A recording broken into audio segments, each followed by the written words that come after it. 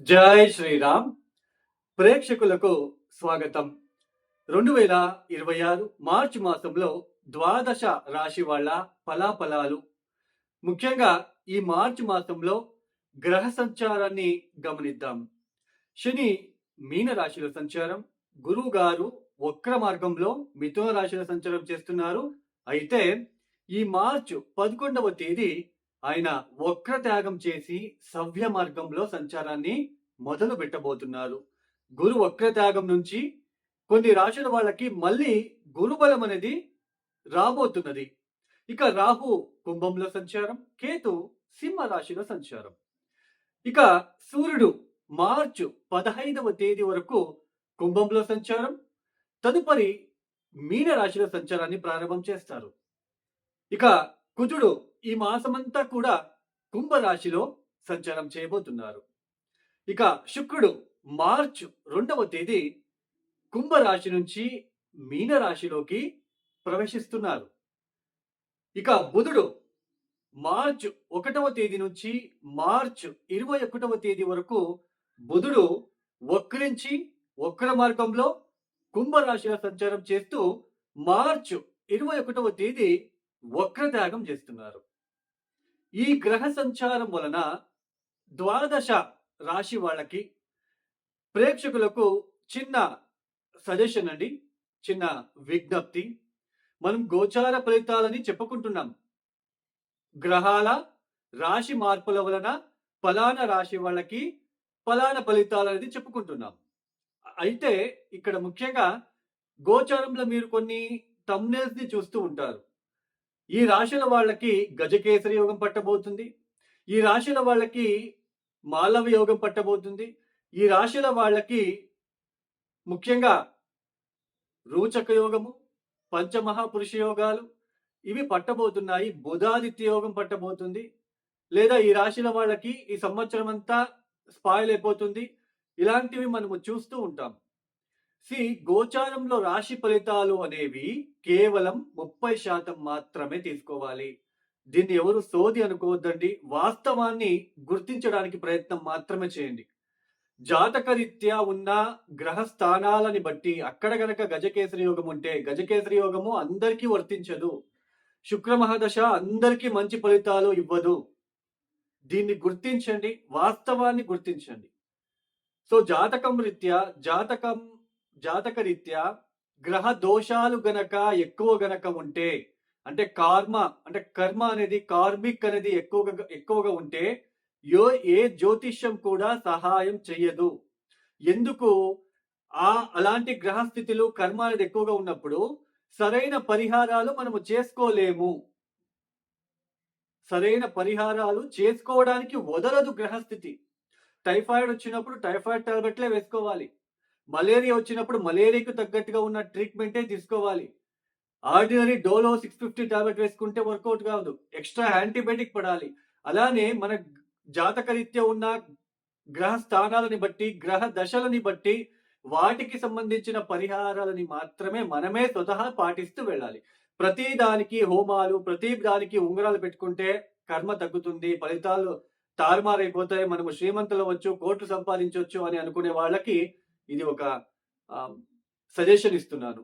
అలానే ముఖ్యంగా ఇంకొక విషయం అండి, కర్మ ఎక్కువగా ఉంది, నేను ఏం చేయాలో అర్థం కావట్లేదు, ఉద్యోగంలో చాలా ఇబ్బందులు పడుతున్నాను, నాకు ఏ రూట్లో వెళ్ళాలో అర్థం కావట్లేదు, గందరగోళం ఎవరైతే పడుతున్నారో వాళ్ళు ఈ చిన్న పరిహారాలు చేసుకోండి.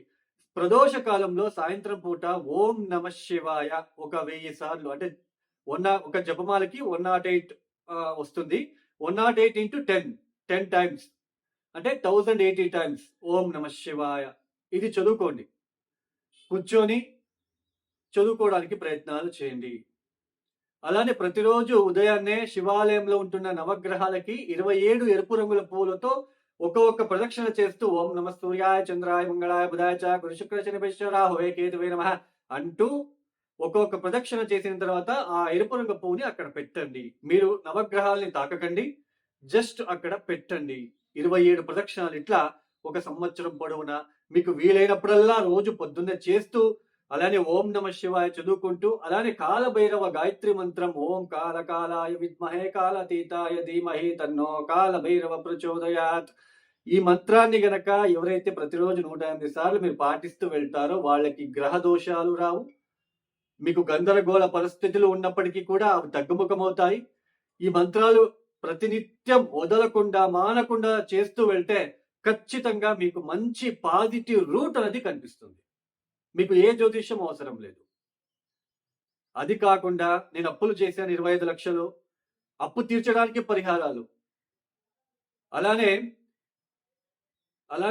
కొంతమంది చెప్తూ ఉంటారు, పేపర్ మీద రాసి అగ్గిపెట్టి ఊదండి, గాలికి ఎగిరేయండి. అలానే ఈ తమలపాకుల మీద ఓం శ్రీ అని రాస్తే డబ్బులు వచ్చేస్తాయి. This is completely unbelievable and fake sentences. దీన్ని ఎవరైతే గుర్తిస్తారో, మీ జాతకరీత్యా ద్వితీయాధిపతి 6వ స్థానంలో పాపకత్రియోగంలో లేదా నీచస్థానంలో ఉంటే అదంతే. ఆ గ్రహస్థానానికి సంబంధించిన పరిహారాలే మీరు కొన్ని పాటిస్తూ వెళ్ళాలి. కానీ అది మీరు పాటించరు. మీకు ఇలాంటి ఇన్స్టాంట్ రిజల్ట్ వచ్చేస్తుంది అని ఎవరైనా చెప్పగానే సడన్ గా దూకేస్తారు. సో వాస్తవాన్ని గుర్తించండి. ఇక ఒక్క రాశి గురించి మనము తెలుసుకుంటూ వెళ్దాం. 2026 మార్చి మాసంలో తులారాశి వాళ్ళ ఫలాఫలాలు. ఈ తులారాశి వాళ్ళకి ఈ ఒక మార్చి మాసంలో నవమ స్థానంలో గురుగారు వక్రించి సంచారం చేస్తున్నారు. మార్చి 11వ తేదీ వక్రదాగం చేస్తున్నారు. గత 4 మాసాల నుంచి ప్రతి పనిలో కూడా ఆటంకాలు, విఘ్నాన్ని మీరు చూస్తూ వస్తున్నారు. ఇక మీద సంపూర్ణమైన గురుబలం అంటే మార్చి 11వ తేదీ నుంచి రాబోతున్నది. అయినప్పటికీ కూడా మిగతా గ్రహాల తాలూకు కొంచెం ప్రతికూలించే విధానంతోనే ఉంటుంది కాబట్టి పంచమ స్థానంలో కుజ, రాహువులు, అలానే బుధుడు వక్రిస్తున్నాడు. అలానే సూర్యుడు కూడా డీప్ కంజక్షన్ రాహుతో కలుస్తున్నాడు కాబట్టి మీ ఆలోచన విధానం అనేది చాలా జాగ్రత్తగా పెట్టుకోండి. ఇతరుల పట్ల జలసిగా ఫీల్ అవడానికి ఛాన్సెస్ ఉంటుంది. ప్రేమికుల మధ్య తగాదాలు, కోపతాపాలు పెరగడము, భార్యాభర్తల మధ్య కోపతాపాలు కావచ్చు. రికగ్నైజేషన్, మీ కోపం వలన మీ ఆవేశం వలన ఉన్న గుర్తింపుని తగ్గించుకునే విధానంతోనే ఉంటుంది.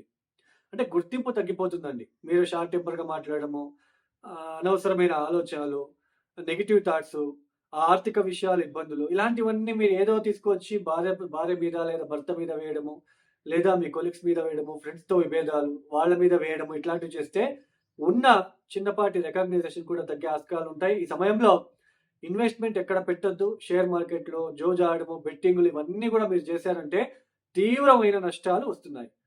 అదేంటండి గురుబలం ఉందన్న, ఎస్ గురుబలం ఉంది, లేదనట్లేదు. మిగతా గ్రహాల తాలూకు కూడా బాగుండాలి కదా. సో ఇక్కడ పంచమ స్థానంలో, అందులోన పూర్వపుణ్య స్థానంలో కుజ, రాహు లాంటి గ్రహాలు వచ్చినప్పుడు నెగిటివ్ ఆలోచనలు పెరిగిపోతాయి. అంటే అతియాస, దురాశ వచ్చేస్తుంది. ఇతరులు బాగుంటే ఓర్చలేరు, జలసి ఫీల్ అవుతాం. పంచమ స్థానమే ముఖ్యం. మన మీద కానీ మనం ఇతరుల మీద కానీ జలసిగా ఫీల్ అవుతున్నామంటే అది పంచమ స్థానం. సంతానం మీద చిరాకు పడడము, కోపం అవ్వడము, కొట్టడానికి వెళ్ళడము, తిట్టడానికి వెళ్ళడం, ఇలాంటివన్నీ చేయడానికి అవకాశాలు ఉంటాయి. సంతానం విషయంలో కూడా ఇబ్బందులు, ఆలోచన విధానంలో ఇబ్బందులు, పెట్టుబడి పెట్టడానికి ఇది సరైన సమయం కాదు. సో కొంచెం జాగ్రత్తలు తీసుకోండి. నష్టపోయే ఆస్కారాలు ఉంటాయి కాబట్టి కొంచెం జాగ్రత్తలు తీసుకోండి. అలానే ప్రతి పనిలో కూడా బాగా స్ట్రెస్గా ఫీల్ అవుతూ ఉంటారు. ఏదో తెలియని నెత్తి మీద ఏదో ఒక 20 kg 40 kg నెత్తి మీద ఏదో తూకం పెట్టుకున్నట్టు ఫీల్ అవుతూ ఉంటారు. బికాజ్ ఆఫ్ మీ రాష్ట్రాధిపతి అయిన శుక్రుడు 6వ స్థానంలో ఉచ్చస్థానంలో ఉన్నప్పటికీ కూడా ఇలాంటి సిచ్యుయేషన్ ఉండబోతుంది. సో అలానే స్త్రీల వలన ఏదైనా స్త్రీలతో తగాదాలు కావచ్చు, అభిప్రాయ భేదాలు కావచ్చు వచ్చే సూచనలు ఉంటాయి. ఇన్లాస్తో కావచ్చు, లేదా మీ కొలీగ్స్తో కావచ్చు, లేదా మీ భార్యతో కావచ్చు, తోబుట్టులతో కావచ్చు, ఏదైనా అభిప్రాయ భేదాలు రావడానికి కూడా ఛాన్సెస్ ఉంటుంది. ఇక నవమ స్థానంలో గురువు వక్రత్యాగం చేస్తున్నాడు కాబట్టి పెళ్లి కాని వాళ్ళకి పెళ్లి అయ్యే సూచనలు. అలానే రెండవ పెళ్లి కోసం, రెండవ వివాహం కోసం ప్రయత్నం చేస్తున్న వాళ్ళకి సఫలీకృతం అవడము, మంచి వివాహం జీవితం అందడం లాంటిది కూడా మీరు చూడడానికి ఆస్కారాలు ఉంటాయి. దైవ దర్శనాలు చేసుకుంటారు, తీర్థక్షేత్రాల దర్శనాలు చేసుకుంటారు, ప్రయాణాలు ఎక్కువ చేయడానికి అవకాశాలు ఉంటాయి. సో ఇలాంటి సిచ్యుయేషన్ నవమ స్థానంలో ఉంటున్న గురువు వలన జరుగుతుంది. అందులోన విద్యార్థులకు కూడా చాలా పాజిటివ్గా ఉండబోతుంది ఈ సమయంలో. బట్ ఇన్వెస్ట్మెంట్, డబ్బు, అలానే ఆతురత నిర్ణయాలు తీసుకోకుండా ఉంటే మంచిది. ఇతరులను నమ్మి మోసపోవడానికి కూడా ఛాన్సెస్ ఉంటుంది కాబట్టి జాగ్రత్తలు తీసుకోండి. బ్లైండ్‌గా నమ్మొద్దు. ఆలోచించి నిర్ణయాలు తీసుకోండి. ఈ తులారాశి వాళ్ళు తప్పనిసరిగా చూడండి, ఆంజనేయ స్వామి వారిని ఎరుపు రంగుల పూలతో పూజించండి. ప్రతిరోజు ఆంజనేయ స్వామి టెంపుల్‌కి వెళ్ళండి. 27 ప్రదక్షిణాలు, 27 ఎరుపు రంగుల పూలతో ఒక్కొక్క ప్రదక్షిణకి ఒక్కొక్క పువ్వుని అక్కడ పెట్టండి. హనుమాన్ చాలీసా చదువుకుంటూ చేయండి. నిదానంగా చేయండి. అలానే రాత్రిపూట పడుకునేటప్పుడు కూడా హనుమాన్ చాలీసా చదువుకొని పడుకోవడానికి ప్రయత్నం చేయండి. లక్ష్మీ నరసింహస్వామికి వీలైతే కళ్యాణోత్సవం జరిపించుకోవడానికి ప్రయత్నం చేయండి. ప్రతిరోజు తప్పనిసరిగా కాలభైరవేశ్వర అష్టకాన్ని పారాయణం చేసుకోవడానికి ప్రయత్నం చేయండి. ఎవరైతే ఈ వీడియోని చూస్తున్నారో లైక్ చేయండి, షేర్ చేయండి, సబ్స్క్రైబ్ చేసుకోండి. అలానే ఎవరికైనా ఆస్ట్రాలజీ కన్సల్టేషన్ కావాలనుకుంటే డిస్ప్లే అవుతున్న నెంబర్‌కి నేరుగా కాల్ చేయండి. ప్రాబ్లమ్స్ చెప్పుకోరాదు. Date of birth, timings compulsory. నేనే పిక్ చేస్తాను. అలానే సింపుల్ రెమెడీస్ ఉంటాయి నా దగ్గర. ఉంగరాలు, బొంగరాలు నేను ఇవ్వను. సో, అలాంటి మైండ్ సెట్ ఉన్న వాళ్ళు నాకు కాల్ చేయకండి. సింపుల్‌గా రెమెడీస్ ఉంటుంది. మీరే కష్టపడి చేసుకోవాలి. సో, అలాంటి సిట్యుయేషన్ ఉంటుంది నా దగ్గర కాబట్టి ఎవరైనా ఉంటే కాల్ చేయండి. ఇక ఈ వీడియోని క్లోజ్ చేస్తున్నాను. సర్వే జనం సుఖినో భవంతు. ధన్యవాదములు. జై శ్రీరామ్.